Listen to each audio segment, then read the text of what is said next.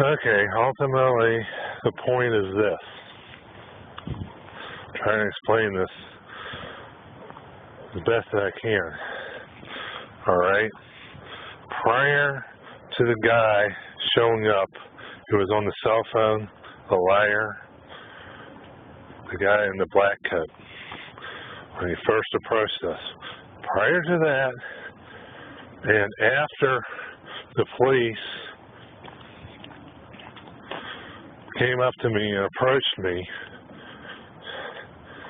there's only two possible women that I know of, okay, that could have seen me with my cell phone in my hand, okay, out in my hand. All right, and that was only for a period of about maybe 1 minute, okay? That's it. From walking to the toy store to the entrance to the mall there. All right, there was 1 minute period when I had the cell phone out in my hand and the camera was out, but the phone was not open. All right? I'm saying that that security camera out there, the one that was pointing to the Christmas tree at that time, I think it was still up. I know it was. Anyway,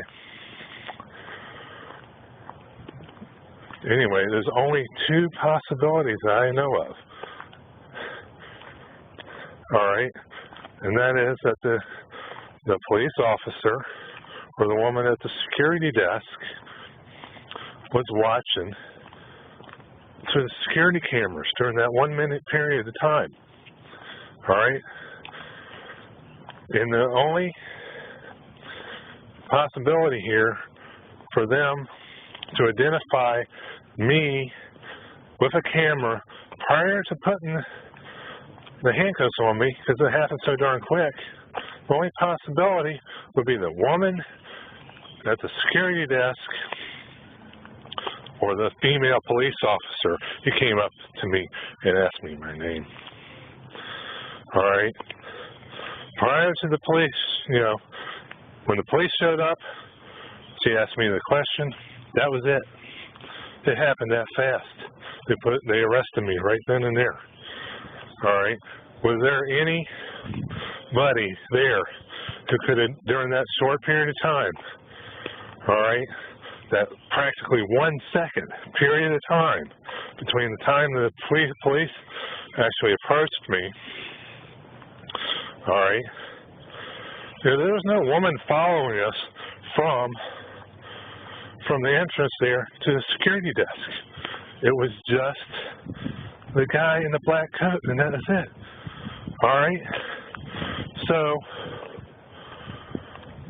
it had to be the police officer, the female police officer, who was the woman, unless he's married to her, the guy's lying. All right? I mean, she's the only one who could have identified, she's the only female who could have identified me as a man holding the cell phone with the camera before the 911 call and after the police approached me and prior to the handcuffs going on. She's really the only one. Except maybe the female woman in black sitting at the security desk at that time. Maybe she was watching the security cameras too. But she's the only female who could have seen me before and after. All right? Because I'm telling you, between the time that the guy approached me and the time that me and my son arrived at the security desk, there was no woman following us. It was just him. Okay? That's it. They were watching me on those cameras. All right? The only way they can identify, me with a camera in my hand before the guy approached me And after the female police officer approached me, and prior to putting on the handcuffs, there's really only one female that could have identified me as the person, as the man with the cell phone in his hand. That's it.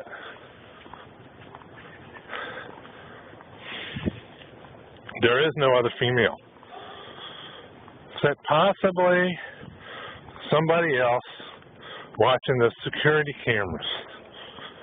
All right? But they didn't have time, you know, during that 1 second period of time between the time the police came out there and approached me.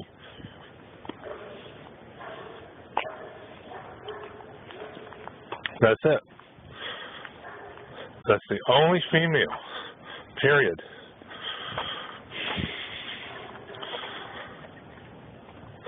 There has to be somebody watching, a woman watching the security cameras. All right? It's just no other possibility. And that's it. And at that security desk, probably ought to call it the customer service desk, really.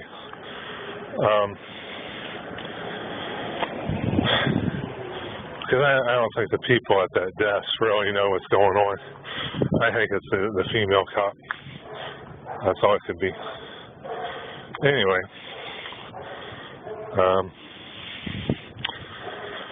So, I have very strong suspicion that the female cop who was saying all this about me, all right, and that this guy is claiming to be married to the woman who saw me with a cell phone in my hand. All right? He's claiming to be married to her. That's going to show up on a 911 call. I know it. I witnessed it. I saw him with a cell phone in his hand. He said this. All right? My son is a witness to this. My son is a witness to this apparent lie. Okay? If the cop and the guy, the liar, are married, or if they're not, either way, I think they're in deep trouble. All right? And that's my whole point. I think there's definitely probable cause to believe that this is 100% malicious prosecution on part of the Chesterfield County Police. All right? That's it. I'm charging them with malicious prosecution over this issue. I want to subpoena his wife, and I want to subpoena the female cop for questioning. All right? I want them both questioned. I want to find out who each one is married to. And I guess we got to drag the girl sitting at the security or customer service desk as well, but I don't really suspect her. But I guess we got to do it. I want the two people at the security desk, the blonde-haired guy and the other woman, question as well, because they're all witnesses. Anyway, pretty much it. What else can I say?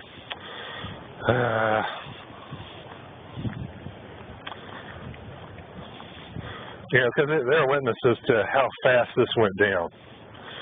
You know, because I went to report this to the guy at the security desk, and he witnessed to the handcuffs going on. He knows how fast this happened, and so does she. All right. the period of time was like just like that. Boom, boom. What's your name? I say Butler. Handcuffs go on that quick. All right. Did they, did they question somebody beforehand? And then why did they, if they did? I mean, why was the guy on the cell phone on the cell phone calling 911? That's what I need to know. All right. I mean, really. No. Come on. I was thinking about this, and I smell a rat.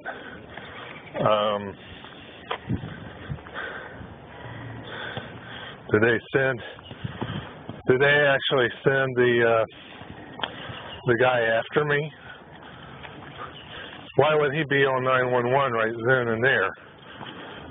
Why weren't they, I don't get it. I mean, why would he be on a cell phone talking to them? I don't get it. I gotta think about this. Damn it. But still, no.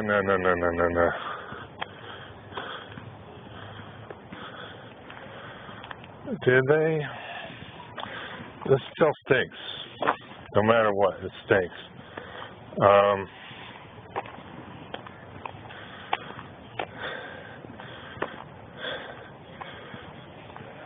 Well, maybe they had somebody. She says that she saw me. They go, and